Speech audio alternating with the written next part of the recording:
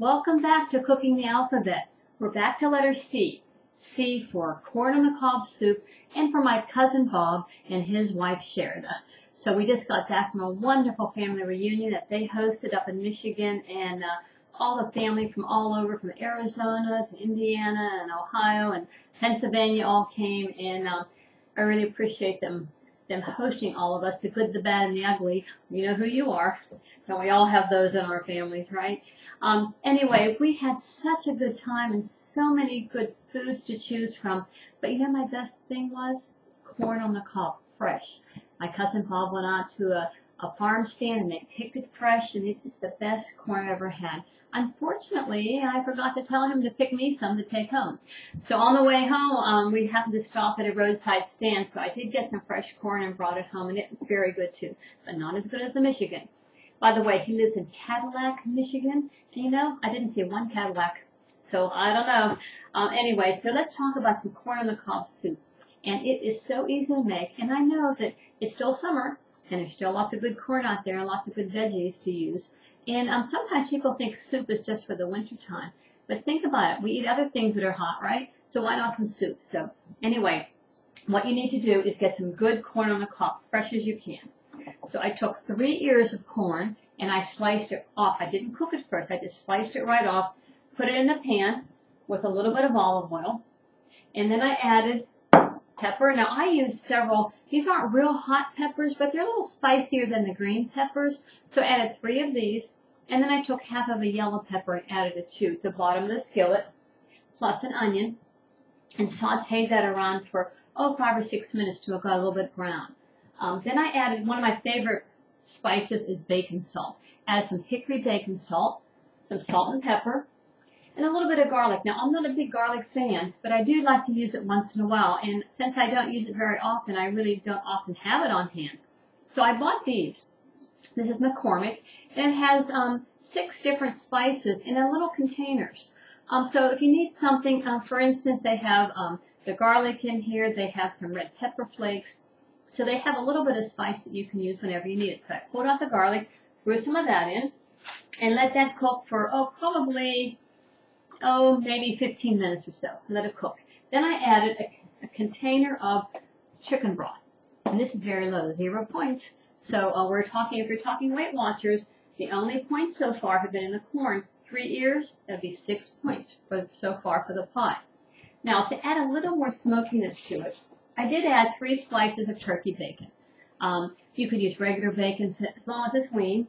And I put 3 slices in to add a little smoky flavor to it. And that's all there was. That's it. It is cooking on the back stove here. Now, one thing that I did do, a few times while it was cooking, I did take the ear of corn that's in here. Now, have a look.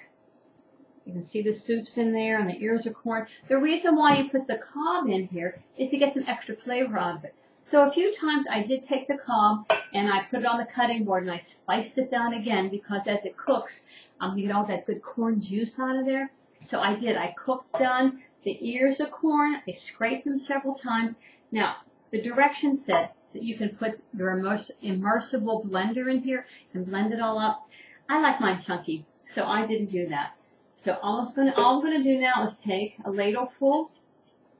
And actually, if you think this whole pot is only about 10 points, so you'll get quite a few servings out of this. Look at that. It's excellent. It's very, very tasty. I already had it try it. The corn flavor just comes so far into your mouth. It's like, it's delicious. It's so good. It's excellent. Now, I know some of you make corn chowder. You can add milk to it. But if we're trying to keep this Weight Watcher friendly, you're going to want to have it just like this. You can have that whole pot for 10 points. That's amazing. Yeah, and if you want to leave the turkey bacon out, then it can be less points than that. So that's the corn on the cob soup, dedicated to my cousins, my relatives, Michigan in general. What a wonderful state. Now, I thought, what can we make with that? What should we have with our soup? So I thought a little bit of cornbread. That's very easy to make. All I did was get a Jiffy Box mix, cornmeal, a muffin mix, and a half a can of pineapple. You can use chunks, which I happen to have. You could use the, I guess the minced that's cut up a little more, the tidbits, the crushed. Half a can. Now, if you notice, it says in natural juice. So this is still 0. 0 points. Half a can, whole box. Mix it together. And then when I made my muffins, I took little bit of pineapple, 2 pineapple chunks, put it in the bottom of a muffin tin, and I got 8 muffins out of that.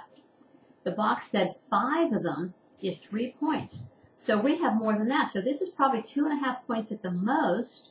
A delicious little muffin. And then I happened to stop again at a roadside stand and picked up some peaches. So I cut up the peaches, and I think, well, how good is this going to be? We're going to use this as a shortbread. Just cut it up, put it on the plate, slice up some peaches over the top of it, and there you have your dessert, and you have your delicious soup.